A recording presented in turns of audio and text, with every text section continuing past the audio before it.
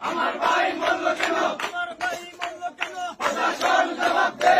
আমার ভাই মরল কেন? বিসমিল্লাহির রহমানির রহিম। প্রিয় এলাকাবাসী, আপনারা জানেন আমাদের তেজকালীর বাহিরচর গ্রামের আব্দুল্লাহ বাড়াইলে একটা অনাকাঙ্ক্ষিত ঘটনায় তাকে সন্দেহমূলক মারপিট করলেন, তাকে গণপিটুনি দিলেন। আমরা এটাতে দুঃখ নাই, থানাতে দিয়ে গেলেন, এটা তো আমাদের দুঃখ নাই। আমাদের দুঃখ হলো আইন প্রশাসনের মধ্যে স্পষ্ট লেখা আছে কোন ব্যক্তিকে থানার মধ্যে মাত্র 24 ঘন্টা রাখা হয়। 24 ঘন্টার ভিতরে তাকে আদালতে সুপর্দ অথবা জেলের মধ্যে সুপর্দ করা হয়। তাহলে জাতির কাছে আমাদের প্রশ্ন, আইনের কাছে প্রশ্ন, নবীনগর থানা তথা সলিমগঞ্জ ফাঁড়ির এই কুখ্যাত নরপিশাচ পুলিশের কাছে আমাদের প্রশ্ন, আমাদের আব্দুল্লাহ ভাই 4 দিন তোমাদের টর্চারে মারা গিয়েছে, এটার জবাব চাই। তোমরা যদি নির্দোষ হতে, তোমরা যদি আমার ভাই আব্দুল্লাহকে টর্চার না করতে, তাহলে তোমরা আজকে পালিয়ে যাইতে না। কথা বলেন ঠিক কিনা?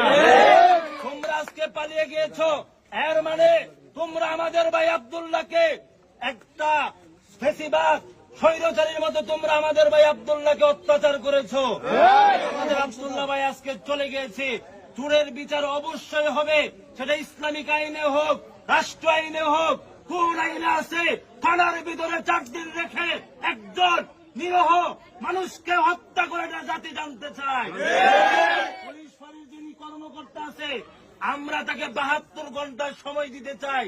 এই 72 ঘন্টার ভিতরে যদি তুমি আমাদের সামনে প্রকাশ্যে এসে এটার হত্যাকাণ্ডের বিবরণ যদি না দাও, আগামী কর্মসূচি হবে গোটা সলিমগঞ্জ তথা নবীনগর থানা ঘেরাও হবে।